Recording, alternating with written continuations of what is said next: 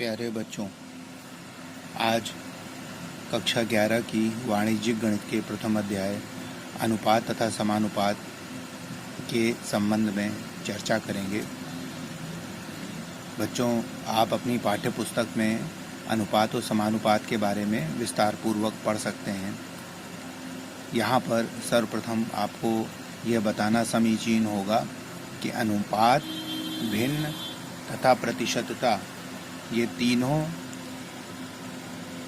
तुलना करने के तीन अलग अलग आयाम हैं।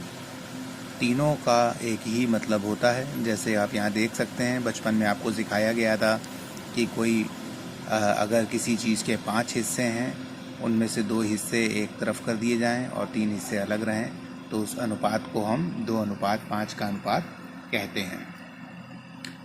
2:5 कह सकते हैं। इसको अगर भिन्न के रूप में प्रदर्शित करें तो इस पूरे के सापेक्ष इसका अनुपात 2/5 कहलाता है। अगर इसी को हम प्रतिशत में निकालना चाहें तो शत शब्द जो है वो 100 को प्रदर्शित करता है।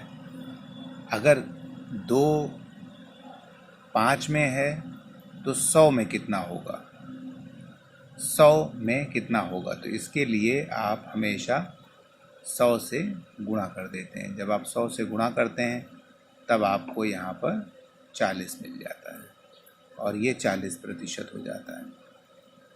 चाहे आप प्रतिशत बोलें, चाहे अनुपात कहें, चाहे भिन्न कहें, सभी एक ही बात है। अब थोड़ी चर्चा पाठ्यपुस्तक की कर लें। पाठ्यपुस्तक में आप भली प्रकार से पढ़ सकते हैं कि किस प्रकार अनुपात का चिन्ह तय होता है, कैसे धनात्मक और ऋणात्मक होता है, अनुपात के गुण या उसके नियम क्या हैं, कि जैसे अनुपात के पद का क्रम अति महत्वपूर्ण है कि A अनुपात B और B अनुपात A एक समान नहीं होते हैं। अनुपात ज्ञात करने के लिए 2 राशियां होनी चाहिए जिनके बीच में हम संबंध स्थापित कर पाएँ। जो राशियां हों वो सजातीय हों तभी उनका संबंध स्थापित कर पाएंगे। एक राशि किलोग्राम में है, दूसरी राशि मिनट या घंटा में है, तो इनका संबंध नहीं स्थापित किया जा सकता। अनुपात में कभी इकाई नहीं लिखी जाती। क्यों नहीं लिखी जाती? क्योंकि इकाइयाँ परस्पर एक दूसरे से निरस्त हो जाती हैं। जैसे कि अगर आप K को इकाई माने यहाँ पर, तो A/B का मतलब है A मीटर/B मीटर, तो मीटर और मीटर परस्पर निरस्त हो जाएगा और आपको A/B वापस मिल जाएगा। अनुपात के पद, जो प्रथम पद होता है A अनुपात B में, उस प्रथम पद को पूर्व पद और द्वितीय पद को उत्तर पद कहते हैं। अंग्रेजी में इनको एंटीसीडेंट और कॉन्सिक्वेंट कहा जाता है। इन शब्दों का अनुपात के प्रकार बहुत विशेष इनका प्रयोग नहीं है, परंतु आप अपनी पाठ्यपुस्तक में पढ़ सकते हैं कि किस प्रकार अनुपात के विभिन्न प्रकार होते हैं। पहला यहाँ लिखा है व्युत्क्रमानुपात या प्रतिलोमानुपात। A अनुपात B का व्युत्क्रमानुपात B अनुपात A होता है। जस्ट इसका उल्टा।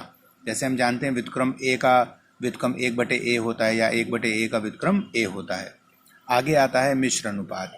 मिश्र अनुपात का मतलब है एक से अधिक अनुपातों को परस्पर मिश्रित करना। जैसे 3:5, 11:13 और 17:13। अगर इनका हमें मिश्र अनुपात निकालना हो तो हम इनके क्रमशः उत्तर पदों 3, 11 और 17 का गुणा कर देंगे और इनके जो पहले पूर्व पद का परस्पर गुणा कर देंगे और बाद में उत्तर पदों का गुणा कर देंगे। 5, 13 और 19 का जो अनुपात मिलेगा उसे हम कहेंगे कि वो एक मिश्र अनुपात है। एक है आगे वर्गानुपात। वर्गानुपात से तात्पर्य है कि 5:9 लिखा है, इसका वर्गानुपात इनके वर्गों का अनुपात हो जाएगा। 5 का वर्ग 25 और 9 का वर्ग 81। वर्गमूलानुपात। वर्गमूलानुपात में जो संख्याएं होंगी उनका वर्गमूल का अनुपात निकाल लेंगे। घनानुपात में उनके घनों का अनुपात निकाल लेंगे। आगे है सामनिक अनुपात। सामनिक अनुपात का मतलब है जब दोनों पद परस्पर बराबर हों। 3:3, 4:4, 6:6, इनको सामनिक अनुपात कहते हैं। विषम अनुपात। विषम अनुपात का मतलब है जब दोनों अनुपात के दोनों पद परस्पर बराबर नहीं होते तब उस अनुपातों को विषम अनुपात कहा जाता है। जैसे 3/3:5 और 7:5। अब यहाँ पर जैसे हम लोगों ने भिन्नों के बारे में पढ़ा था कि कैसे कोई भिन्न में जब उसका अंश छोटा होता है तब उस भिन्न को क्या कहते हैं, जब अंश बड़ा होता है तब उस भिन्न को क्या कहते हैं। इसी प्रकार अगर यहाँ पर पूर्व पद उत्तर पद से बड़ा हो तो उसे अधिविषम अनुपात कहते हैं, और अगर पूर्व पद उत्तर पद से छोटा है तो उसे न्यून विषम अनुपात कहते हैं। वितत अनुपात, वितत अनुपात या कॉन्टिन्यूड रेशियो, कई राशियों का अनुपात हो, जैसे ए अनुपात बी, बी अनुपात सी और सी अनुपात डी, 3 अलग अलग अनुपात हैं और हमें इनका एक वितत अनुपात पता करना है, ए अनुपात बी अनुपात सी अनुपात डी, तो इसको हम वितत अनुपात कहते हैं। प्यारे बच्चों, इसका बहुत ज़्यादा प्रयोजन अपने अध्याय में नहीं है, लेकिन चूंकि पाठ्य पुस्तक में है तो इसको पढ़ लेने में कोई हानि भी नहीं है। अब आगे चलते हैं, वापस अपने पृष्ठ पे आते हैं। आपने समझा कि कैसे अनुपात और समानुपात को समझा जाता है, उसकी विभिन्न परिभाषाएं समझी। अब यहाँ पर एक अनुपात आपको लिखा है 128 और 144, इसको लघुत्तम रूप में लिखिए, सबसे छोटे रूप में। तो सबसे छोटे रूप में लिखने के लिए दोनों संख्याओं का परस्पर हम मासा निकालेंगे। मासा आप किसी भी विधि से निकाल सकते हैं, यहाँ पर भाग विधि से निकाला, मासा 16 निकला।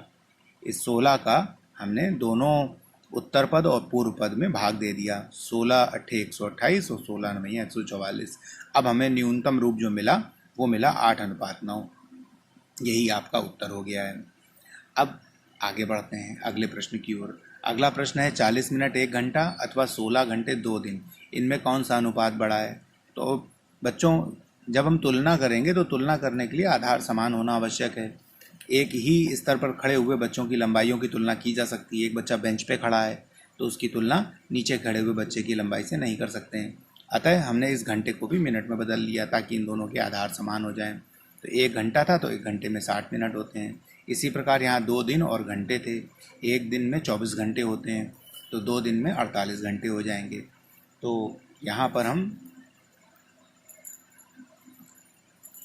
इनको तुलना करने के लिए 40 मिनट अनुपात 7 मिनट लिख देंगे और यहाँ पर 16 घंटे अनुपात 48 घंटे लिख देंगे। अब आप ये देखते हैं कि हमें इन दोनों की परस्पर तुलना करनी, ये पता करना है इनमें से कौन बड़ा है। तो कौन बड़ा पता करने के लिए इन दोनों के आधारों का समान होना बड़ा आवश्यक है। आधार समान करने के लिए जो 60 और 48 इनके उत्तर पद निकले थे, इन उत्तर पदों का हम लघुत्तम निकालेंगे। जब इनका लघुत्तम निकालेंगे तो ये निकल के आएगा 240। 60 के साथ 60 के स्थान पर 240 प्राप्त करने के लिए अंश और हर में 4 का गुणा करना पड़ेगा। 48 के स्थान पर 240 प्राप्त करने के लिए 5 का गुणा करना पड़ेगा। तो जैसे आप कक्षा 4 और 5 में भिन्न पढ़ते थे, उसी प्रकार से आप यहाँ पर भी इसको करेंगे और आपको ऊपर 160 और 80 मिल जाएगा। अब आप देख सकते हैं कि यहाँ पर दोनों आधार समान हो चुके हैं, फिर भी उत्तर पद समान होने के उपरांत भी पूर्व पद 160 80 से अधिक बड़ा है। अतः इसके सापेक्ष जो अनुपात था 40 मिनट अनुपात 1 घंटा, ये 16 घंटे और 2 दिन के अनुपात से अधिक बड़ा होगा। आशा करता हूँ कि आपको अनुपात और समानुपात का प्रथम वीडियो समझ में आया होगा। अगले वीडियो में कुछ नए प्रश्नों के साथ पुनः भेंट होगी। तब तक के लिए धन्यवाद।